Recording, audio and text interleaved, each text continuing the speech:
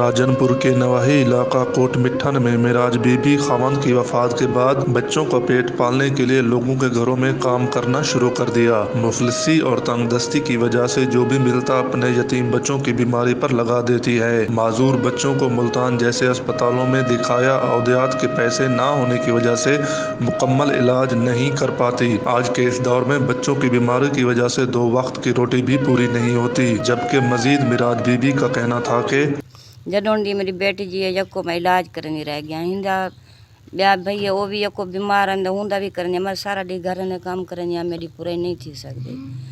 मेहरबानी थी वे कुछ इमदाद सरकारी सगु मिली वने जो असां जरा मैं बालन दी रोजी भी करा इन इलाज भी करा जो कोई थी सके न।